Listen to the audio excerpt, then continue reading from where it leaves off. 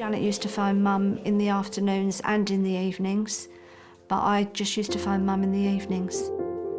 So I'd rang her at 6:30 and said to her, I'm just going out shopping, I'll speak to you properly tomorrow evening. And she didn't say anything, she didn't say that she didn't feel well. She didn't say anything. And that was the last time, obviously until we were in the hospital, that I spoke to her. 86-year-old Ellen has been brought to A&E by her two daughters after she was found collapsed on the floor at home.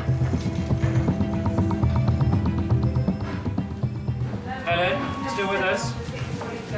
Ellen? Yeah? Okay. On your call, on 3. 1, 2, 3. Shut away. Okay, this is Ellen. Ellen's 86, found collapsed in her kitchen by her family. Very pale and very cold to touch. Okay, could we get the scoop out, because she's absolutely freezing. No one knows exactly why Ellen collapsed. Her body temperature has dropped dangerously low.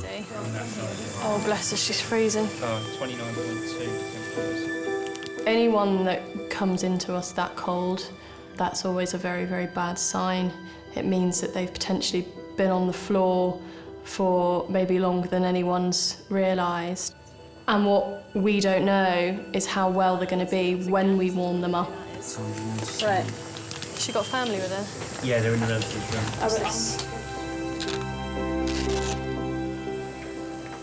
I was at work and then I went to the gym. So when I came out of the gym and I drove towards home, I had all these voice messages come up on my phone, and they were from Janet, and I rang her and said, what's wrong? She said, I've been trying to phone Mum and she's not answering the phone. And I said, well, sometimes she has her telly on. Ellen, you need to keep your head really still for me, okay? So we're going to log roll, yeah? Ready, steady, roll. As soon as we got up there, I put the key in the door, I could see her lying on the floor. For a split second, when I ran up there, I did think she was dead. But she groaned, and I thought, thank God. She had blood coming out the side of her mouth. Then I rushed straight up to phone an ambulance. 1,000,001 questions going through my mind.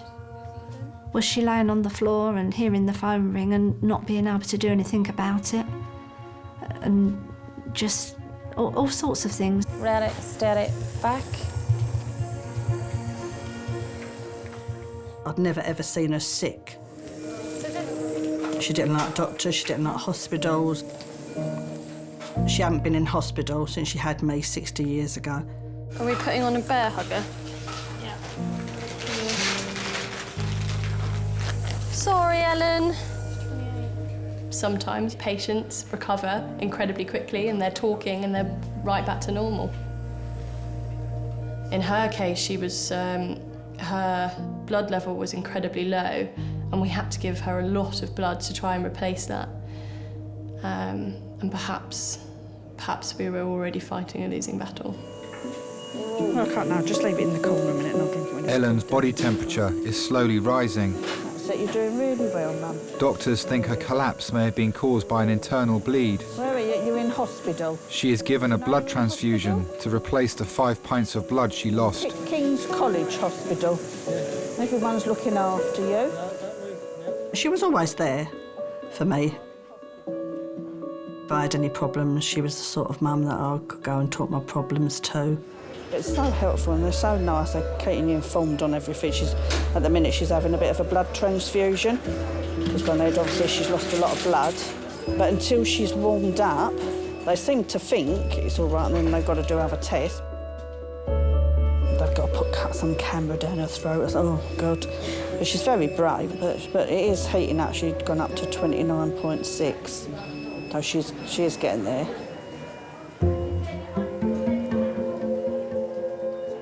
She was really the matriarch of the family. She was the heartbeat, the heart and soul. All my friends, they'd all want to come round and see her. I mean, she was known to them as Neil, good old Neil, they'd say. She was partial to a gin and tonic in her younger days. She used to have plenty of those. And then as she got older, she quite liked snowballs. And then more recently, we introduced her to Bucks Fizz. We had here one Christmas when she was over, so she quite liked that. Doctors are waiting for Ellen to warm up before they can assess whether there's been any permanent damage to her internal organs. I was trying to keep it together. There I am, so I didn't touch her. You know, they say assess the situation, which I didn't. No. I just looked and saw, but all I knew is that she was breathing. Then I went up straight upstairs to phone 999. Then they're asking. Because at first I thought she'd when I first looked at her, I thought she was dead. Oh, so did I. And then she coughed. Yeah. Janet used to phone Mum in the afternoons and in the evenings, but I just used to phone Mum in the evenings. So I'd rang her at 6:30 and said to her, I'm just going out shopping, I'll speak to you properly tomorrow evening.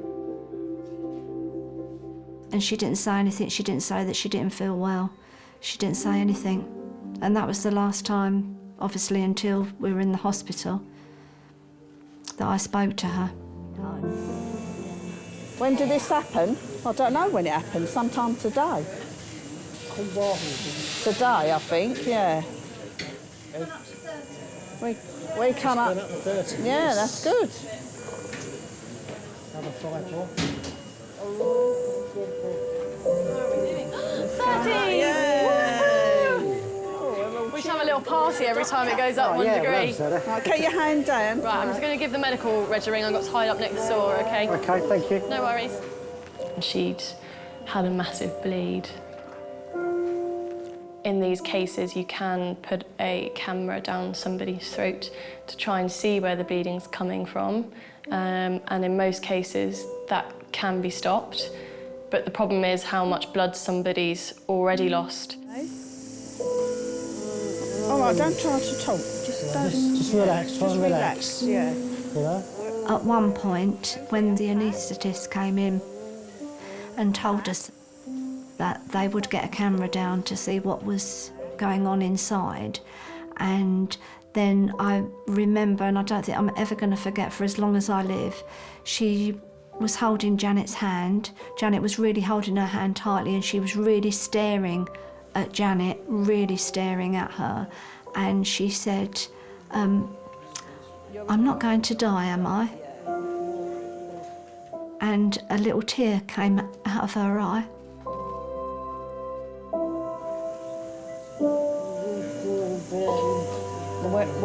We're going to stay here until you're better. I said, no, of course not. I said, you're going to be fine. All right?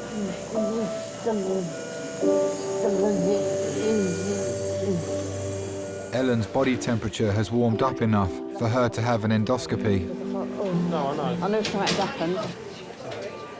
We went to sit in the waiting room, and eventually the nurse came out and said that Mum was in the recovery room. So we were absolutely, wow, fantastic, you know. It was like a relief, a big relief. And we was thinking, well, things are going to change now. She's going to have a bit of help, even though she doesn't want it. We then decided as a family that we would all come home. So we thought we'd come home, have something to eat, have an hour's sleep. And we said that we'd go back at 7 o'clock in the evening.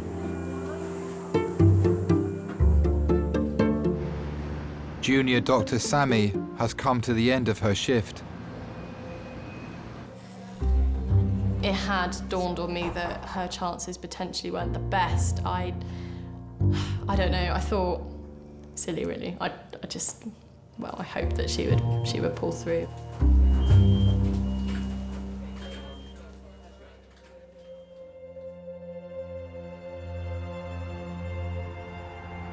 We were very positive that after a while she would be coming home. The phone rang, and it was Janet saying that the hospital had rang, and could we go back there straight away? So then obviously panic set in.